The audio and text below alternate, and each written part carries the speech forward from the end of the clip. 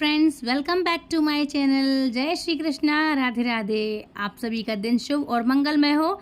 इससे पहले की कथा सुनने के लिए और अपना प्यार देने के लिए आप सबका बहुत बहुत आभार।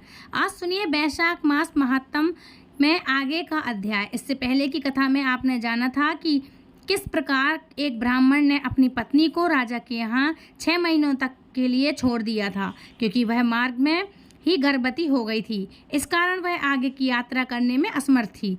ब्राह्मण ने राजा से निवेदन किया कि महाराज, जब तक मैं तीर्थ करके ना आऊँ तब तक आप मेरी पत्नी की रक्षा करें। तब ब्राह्मण की बात सुनकर राजा ने 6 महीने के लिए चावल और धन देकर ब्राह्मणी के लिए अंतःपुर में एक घर दे दिया। उधर अपनी पत्नी को राजा के यहाँ रखकर वह ब्राह्मण प्रसन्नतापूर्वक गंगा स्नान के लिए चले गए। लेकिन इस बीच उन्हें 6 माह से ज़्यादा का समय लग गया। ब्राह्मण की पत्नी बहुत स्वाभिमानी थी। राजा ने तो केवल 6 महीने तक का ही अनाज उन्हें दिया था। 6 महीने समाप्त होने के बाद जब अनाज समाप्त हो गया, तब स्वाभिमानी ब्राह्मणी ने राजा के यहाँ जाकर दोबारा से अनाज के लिए प्रार्थना नहीं की, जिस कारण अनाज के अभाव में वह भूख प्यास से तड़प कर मर गई। इधर राजा इस बात को भूल ही चुके थे कि उन्होंने एक ब्राह्मण की पत्नी को अंतःपुर में स्थान दे रखा है। इस कारण को आप विस्तार पूर्वक इससे पहले के अध्याय में सुन सकते हैं। जब ब्राह्मण राजा के पास आए और उन्होंने अपनी पत्नी को वापस मांगा, तब राजा ने जाकर देखा कि ब्राह्मणी तो मर गई है और वह मरकर सूख गई है। तब वह भगवान श्रीनिवास की शरण में गए। भगवान श्रीनिवास से उन्होंने प्रार्थना की कि तब भगवान श्रीनिवास के वचन सुनकर राजा अपने नगर में गए और सुंदर सुंदर डोलियों में अपनी रानियों को और एक डोली में मरी हुई ब्राह्मणी को भी बिठाकर वह ब्राह्मण को आगे करके वहाँ से भगवान का दर्शन करने के लिए चल दिए। आस्तिक कूट सरोवर पर पहुंचकर राजा ने उन सभी स्त्रियों को स्नान करने की आज्ञा दी। उनकी रानियों ने अस्थित चर्म विशिष्ट ब्राह्मणी को भी सरोवर में डाल दिया। फिर तो वह जी उठी। उसके शरीर के सभी चिन्ह पहले की तरह प्रकट हो गए। उसके बाद वह मंगलमय ब्राह्मणी रानियों के साथ स्नान कर सरोवर से बाहर आई और तीर्थ यात्रा से पुनः लौटे हुए अपने पति ब्राह्मण देवता से बड़ी प्रसन्नता से मिली। राजा ने भगवान की पूजा करके ब्राह्मण को धन दिया। 1000 स्वर्ण मुद्रा और तरह तरह के वस्त्र देकर स्वदेश जाने के लिए उन ब्राह्मण दंपति को सादर विदा कर दिया। ब्राह्मण ने जब अपनी स्त्री का समाचार और भगवान वेंकटेश्वर का प्रभाव सुना, तब राजा को सुख आशीर्वाद देकर अपने देश को प्रस्थान किया।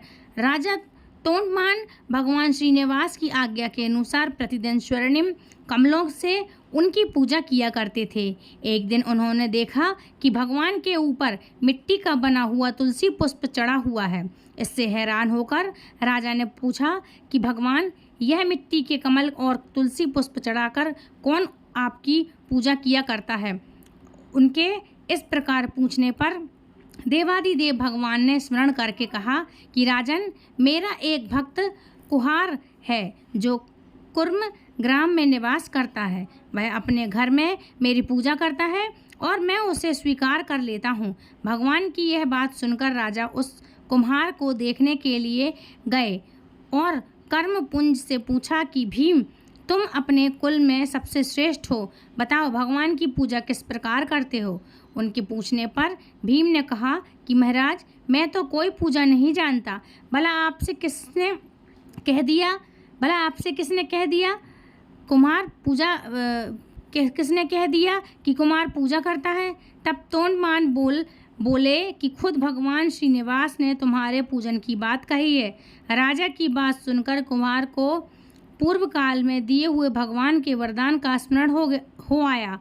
तब वह कहने लगा कि महाराज, बहुत पहले भगवान वेंकटेश्वर ने मुझे यह वरदान दिया है कि जब तुम्हारी की हुई पूजा प्रकाशित हो जाएगी, तब राजा तोंडमान तुम्हारे द्वार पर आएंगे और उनके साथ तुम्हारा वार्तालाप होगा। तब तुम्हें मोक्ष प्राप्त हो जाएगा। ऐसा कहकर पत्नी सहित कुमार ने वहां आए आए हुए दिव्यमान को और उस पर बैठे हुए भगवान जनार्दन को देखकर उन्हें प्रणाम करते हुए तुरंत ही प्राण त्याग दिया। और राजाधिराज तोंडमान के देखते ही देखते विमान पर बैठकर दिव्य रूप धारण करके दिव्य रूप धारिणी पत्नी के साथ ही वह भगवान विष्णु के परम धाम को चला गया। यह अद्भुत घटना देखकर राजा हर्ष में भरे हुए अपने नगर को आए और अपने श्रीनिवास नामक पुत्र का विधि विधान पूर्वक राज्याभिषेक करके बोले कि वत्स, तुम धर्म पूर्वक सभी मनुष्यों का पालन करो और इस पृथ्वी की रक्षा करो। पुत्र को ऐसी आज्ञा देकर बुद्धिमान राजा ने बड़ी भारी तपस्या की। तपस्या करते समय भगवान ने उन्हें प्रत्यक्ष दर्शन दिया। वे तथा भूदेवियों के साथ गरुड़ पर आरूढ़ होकर वहां आए थे। श्री भगवान बोले, राजन, मैं तुम्हारी तपस्या से बहुत संतुष्ट हूँ। बोलो, तुम्हारी किस इच्छा को मैं पूर्ण करूँ।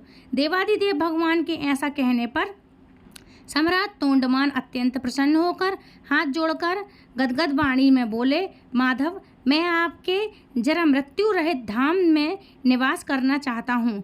बस मुझे यही मनवांछित वरदान दे दीजिए।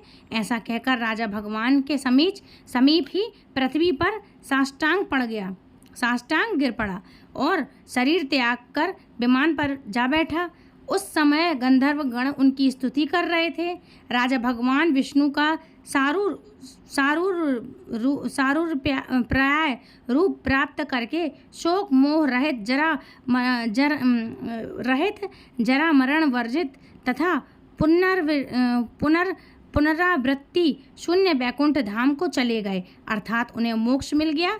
श्री सूत जी कहते हैं, देवादिदेव भगवान वराह के द्वारा कहे हुए इस भविष्य प्रसंग को जो कोई भी सुनता है तथा पूर्णम पुराण कथा का भक्तिपूर्वक पाठ करता है, वह सब कामनाओं को भोगकर अंतकरण में भगवान विष्णु के परम पद को प्राप्त हो जाता है। श्री सूत जी कहते हैं, महर्षियों, अब मैं श्री स्वामी पुष्करणी में महात्म का प्रतिपाद करने वाला इतिहास कहता हूँ, जो इसे पढ़ने वाले और सुनने वालों के पापों का भी नाश करने वाला है। अभिमन्यु के पुत्र राजा परीक्षित धर्म के अनुसार इस पृथ्वी का पालन करते हुए हस्तिनापुर में रहा करते थे। एक समय वे मृगया में अनुरक्त होकर वन में घूम रहे थे। उस समय उनकी अवस्था 60 वर्ष की हो गई थी। भूख प्यास से पीड़ित थे वो। घूमते घूमते उन्होंने एक ध्यान मगन मुनि को देखकर पूछा, मुनि, मैंने इस समय वन में अपने प्राण से एक मृग को घायल किया है। वह भय से कातर होकर कहीं भाग गया है। क्या आपने उसे देखा है? मुनि की समाधि लग गई थी। उन्होंने मौन रहने का व्रत भी ले लिया था। इस कारण मुनि ने राजा को कोई भी उत्तर नहीं दिया। तब राजा ने क्रोधित होकर एक मरा हुआ सर्प को धनुष से उठाकर मुनि के कंधे पर टांग दिया और अपने नगर को चले गए। मुनि के एक पुत्र था जिसका नाम श्रृंगी रखा गया था। श्रृंगी के कृश नाम वाला कोई द्विज श्रेष्ठ मित्र था। उसने विवाह में अपने मित्र श्रृंग से व्यंग पूर्वक कहा कि सखे, तुम्हारे पिता इस समय मरा हुआ सांप कंधे पर ढो रहे हैं। तुम बहुत घमंड मत दिखाया करो और मेरे आगे यह व्यर्थ क्रोध भी मत किया करो। यह सुनकर श्रृंग कुपित हो गया और श्राप देते हुए बोला कि जिस मूर्ख मनुष्य ने मेरे पिता के कंधे पर मरा हुआ यह सांप रखा है, वह 7वें दिन तक्षक नाग के काटने पर मृत्यु को प्राप्त हो जाएगा। इस प्रकार उस मुनि कुमार ने उत्तरा नंदन परीक्षित को श्राप दे डाला। उसके पिता शामिल मुनि ने जब यह सुना कि मेरे पुत्र ने राजा को श्राप दे डाला है, तब वे हैरान होते हुए अपने पुत्र से बोले, अरे समस्त लोगों की रक्षा करने वाले राजा को तूने श्राप क्यों दे दिया? राजा के ना रहने पर हम लोग संसार में सुखपूर्वक भला कैसे रह सकेंगे? क्रोध से पाप होता है और दया से सुख मिलता है। जो मनुष्य मन में आए हुए क्रोध को क्षमा से शांत कर देता है, वह इस लोक और परलोक में भी सुख का भागी होता है। क्षमा युक्त मनुष्य ही उत्तम श्रेय प्राप्त करते हैं। पुत्र को इस प्रकार समझाकर शमीक ने दमू नाम वाले अपने शिष्य से कहा कि वत्स, तुम जाकर राजा परीक्षित से मेरे पुत्र के दिए हुए श्राप का वृतांत जिसमें तक्षक नाग के डसने की बात है, ये सब बता दो। महामते, यह बताकर शीघ्र ही मेरे पास लौट आना। शमी के ऐसा कहने पर दौड़मुंची महानाग तक्षक के काटने पर उनके विशाल अग्नि से जलकर भस्म हो जाए। राजा से ऐसा कहकर दौड़मुनि शीघ्र ही वापस लौट गया। उसके जाने पर राजा ने गंगा के बीच धारा में एक ही खंबे पर एक बहुत ऊंचा सा विस्तृत मंडप बनवाया और भगवान विष्णु के प्रति भक्ति भाव बढ़ाते हुए अनेक देव ऋषि, ब्रह्मा ऋषि तथा राज ऋषियों के साथ वे उस ऊंचे मंडप में रहने लगे। उसी अवसर पर मंत्र जानने वालों में श्रेष्ठ कश्यप नाम वाला ब्राह्मण तक्षक के महान विषव से राज की प्राण रक्षा करने के लिए सातवें दिन वहां जा रहा था। दरिद्र होने के कारण वह राजा से धन प्राप्त करने की भी इच्छा रखता था। इसी बीच में तक्षक नाग भी ब्राह्मण का रूप धारण करके आ गया। मार्ग में कश्यप को देखकर उसने पूछा कि हे ब्राह्मण महामुने, तुम कहाँ जा रहे हो? मुझे बताओ। कश्यप ने उत्तर दिया कि आज महाराज परीक्षित को तक्षक नाग अपनी विषनख से जलाए का उसकी विषगन को शांत करने के लिए मैं महाराज के पास जा रहा हूँ। तब तक्षक बोला, विप्रदेव, मैं ही तक्षक हूँ जिसे काट लूँ। उसकी चिकित्सा 100 वर्षों में भी 1000 महामंत्रों से भी नहीं हो सकती। अगर तुम मेरे द्वारा काटे हुए को भी अपनी चिकित्सा के द्वारा पुनर्जीवित कर देने की शक्ति है तुम में, तो बहुत ऊंचे इस वृक्ष को मैं डस रहा हूँ, तुम जला दो। ऐसा कहकर तक्षक ने उस वृक्ष को डस लिया। उसके डसते ही वह अत्यंत ऊंचा और हरा भरा वृक्ष तुरंत ही जलकर भस्म हो गया। उस वृक्ष पर पहले से ही कोई मनुष्य चढ़ा हुआ था, वो भी तक्षक विष की ज्वाला से जल गया। तब मंत्र यज्ञों में श्रेष्ठ कश्यप ने अपनी मंत्र शक्ति से उन जले हुए वृक्ष को भी जला दिया, अर्थात पुनर्जीवित कर दिया, मतलब जिंदा कर दिया, पुनर्जीवित कर दिया। फिर से वह वृक्ष हरा भरा हो गया। उसके साथ ही वह मनुष्य भी जी उठा। यह देखकर तक्षक ने मंत्र कुशल कश्यप से कहा कि ब्राह्मण राजा, तुम्हें जितना धन दे सकते हैं मैं उससे दोगुना धन दूंगा, लेकिन यहीं से वापस लौट जाओ। ऐसा कहकर तक्षक ने उसे बहुमूल्य रत्न देकर वहीं से वापस लौटा दिया। इसके बाद तक्षक ने सभी सांपों को बुलाकर कहा कि तुम सब लोग मुनियों के वेश धारण करके राजा के पास जाओ और उन्हें भेंट स्वरूप फल अर्पित करो।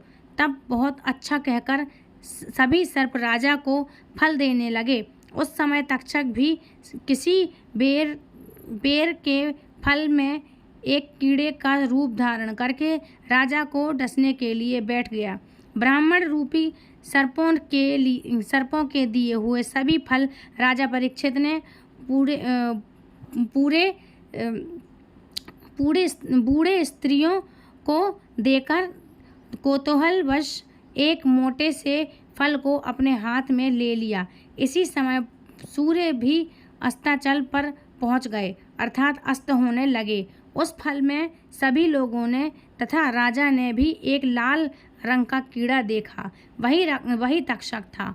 उसने शीघ्र ही फल से निकलकर राजा के शरीर को लपेट लिया। यह देखकर आसपास बैठे हुए सभी लोग भय से भाग गए। हे ब्राह्मणों, तक्षक की अत्यंत प्रबल भिक्षा अग्नि से राजा परीक्षित मंडप सहित तत्काल ही जलकर भस्म हो गए। पुरोहित और मंत्रियों ने उनका धन दैहिक संस्कार करके प्रजा की रक्षा के लिए उनके पुत्र जन्मेजय को राजा के पद पर अभिरक्त कर दिया। तक्षक से राजा की रक्षा करने के लिए जो कश्यप नामक ब्राह्मण आया था, उसकी सभी लोग निंदा करने लगे। अंत में वह शाकल मुनि की शरण में गया और उन्हें प्रणाम करके बोला कि भगवान, आप सभी धर्मों के ज्ञाता और भगवान विष्णु के प्रिय भक्त हैं। यह मुनि, ब्राह्मण, सुहर तथा अन्य लोग जो भी मेरी निंदा करते हैं, उनका क्या कारण है, यह मैं नहीं जानता। अगर आप जानते हो तो बतलाइए। तब महामुनि शाकल ने क्षण भर ध्यान करके कश्यप से कहा कि तुम तक्षक से महाराज परीक्षित को बचाने के लिए जा रहे थे, किंतु बीच मार्ग में ही तक्षक ने तुम्हें मना कर दिया। जो मनुष्य विष, रोग आदि चिकित्सा करने में समर्थ होकर भी काम, क्रोध, भय, लोभ, मद अथवा मोह से और रोग से पीड़ित मनुष्य की रक्षा नहीं करता, वह ब्रह्म हत्यारा, शराबी, चोर, गुरुपत्नी गामी और इन सबके संसर्ग दोष से दूषित हो जाता है। उनके उद्धार का फिर कोई उपाय नहीं है। महाराज परीक्षित पवित्र यश वाले धर्मात्मा, विष्णु भक्ति सहयोगी तथा चारों वर्णों की रक्षा करने वाले थे।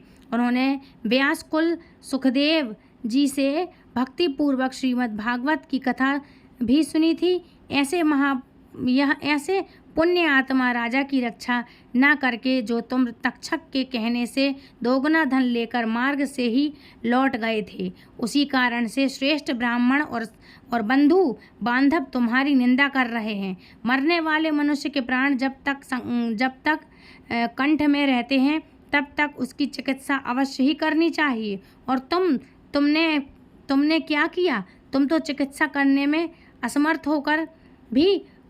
होकर भी उनकी दवा किए बिना ही आदि मार्ग से ही लौट आए, इसलिए तुम वास्तव में निंदा के पात्र हो। यह सुनकर कश्यप बोले कि उत्तम व्रत का पालन करने वाले हे शाकल जी, मेरे दोष की शांति के लिए कृपया कोई उपाय बतलाइए, जिससे मेरे बंधु बांधव और सुहृदय मुझे ग्रहण कर सकें। आप तो भगवान के प्रिय भक्त हैं। मुझ पर अवश्य ही कृपा करें। तब मुनिवर शाकल ने क्षण भर ध्यान करके कृपा पूर्वक कश्यप से कहा, ब्राह्मण, इस पाप की शांति के लिए मैं तुम्हें एक उपाय बताता हूँ। स्वर्णमुखरी नदी के तट पर भगवान लक्ष्मीपति की निवास भूमि है। उसका नाम है जो सभी लोगों में पूजित है। उसका दूसरा नाम शेषाचल भी है। वह परम पवित्र तथा देवता और दानवों से भी वंदित है। ब्रह्म हत्या, सुरापान तथा सोने की चोरी आदि बड़े बड़े पापों का वह नाश करने वाला उसी पर्वत पर स्वामी पुष्करमी है, जो सब पापों का नाश करने वाली है। वह मंगलदायिनी पुष्करणी भगवान श्री निवास के स्थान से उत्तर दिशा में है। तुम कल्याणमयी स्वामी पुष्करणी में संकल्प पूर्वक स्नान करो, फिर पश्चिम तट पर बसे हुए वराह स्वामी की सेवा करके भगवान के मुख्य मंदिर में जाओ। वहाँ भक्तों को अभय प्रदान करने वाले शंख चक्र गदाधारी बरमाला विभूषित स्वर्ण चूड़ा वंदित स्वामी पुष्करणी नदी में नियम पूर्वक स्नान किया, जिससे वे शुद्ध और स्वस्थ हो गए और उनका प्रायश्चित भी हो गया। फिर सब बंधु बांधव ने उनका विधि पूर्वक पूजा करके कहा कि आप निसंदेह हमारे पूज्य हैं। ब्राह्मणों, इस प्रकार मैंने आप लोगों से वेंकटाचल की महिमा का वर्णन किया है। जो मनुष्य भक्ति पूर्वक इसे सुनता है, वह विष्णु लोक में प्रतिष्ठित होता है। जय श्री कृष्ण। आज की कथा कैसी लगी प्लीज़ मुझे कमेंट करके ज़रूर बताइएगा। वीडियो को लाइक ज़रूर करिएगा। लाइक शेयर कमेंट करना, दूसरों तक शेयर ज़रूर करना। अपने धर्म का प्रचार करो, यही धर्म है और यही पुण्य है ना। तो आज की वीडियो कैसी लगी तो प्लीज़ मुझे कमेंट ज़रूर करके बताना, और कोई भी क्वेश्चन हो तो कमेंट करके आप पूछ सकते हैं।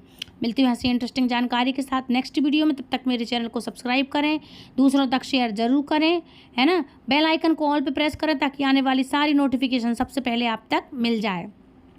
इसी के साथ विदा लेती हूँ आपसे। नेक्स्ट वीडियो में मिलूँगी ऐसे ही इंटरेस्टिंग जानकारी के साथ। इसी के आगे की जानकारी लेकर आऊँगी जल्दी आपके पास। तब तक के लिए फ्रेंड्स, राधे राधे, हरे कृष्णा, हरि बोल।